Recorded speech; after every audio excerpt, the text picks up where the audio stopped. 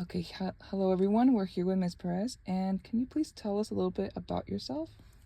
Yes. Hi, good morning. My name is Miss Perez. I am a Spanish 1 teacher at Perez High School in Lancaster, California, and I currently teach about 140 freshmen at our school. Thank you Yes. for the introductory.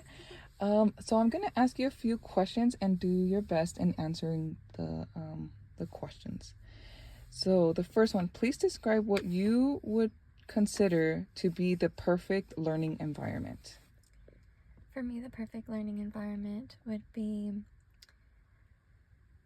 a class full of students ready to participate, ready to listen, actively wanting to learn,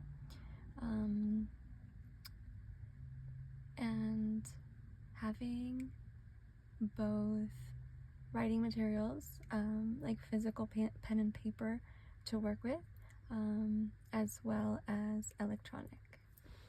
Thank you. Next question. What would the teacher be doing in that situation? As a teacher, I would present the lesson or the topic that we are going to go over that day. I would start with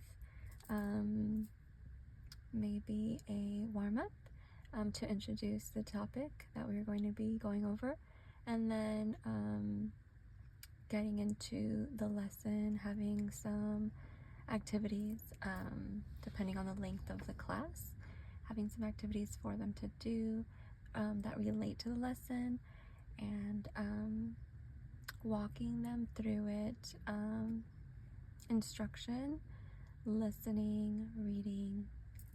Those are some of the things I would do. Thank you. So next question, what would students be doing in that situation? They would be practicing their listening. They would be practicing their writing.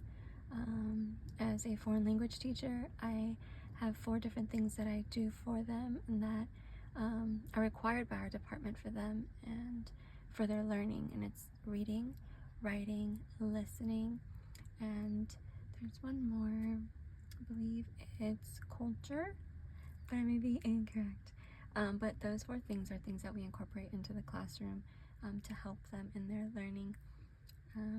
So they would be ready to learn those things. Thank you. So next question, what kind of learning materials would students be using? Okay, it has been my experience from asking the students, excuse me, some of them prefer pen and paper, some of them prefer electronics, and so a combination of the both to satisfy all the needs of the classroom. Definitely have some materials that they can be creative with as well. So I always like to have coloring materials, scissors, those kinds of things for any crafts or activities that we might do to add to the lesson and what we're learning. Great. And last question, what would assessment look like? In the ideal classroom, I think assessment, and this is what I try to incorporate in my classroom, is 2 different types. So we have the classic assessment of writing or Scantron form, but I also like to incorporate electronics, different modern tools like quizzes to be able to give them a different kind of perspective. Also assessment in teams, because the point is for them to learn. So as long as they're grasping the material, presenting assessments in different ways, I think is important in the ideal classroom. Thank you so much for your time, and that is it. Thank you. Thank you.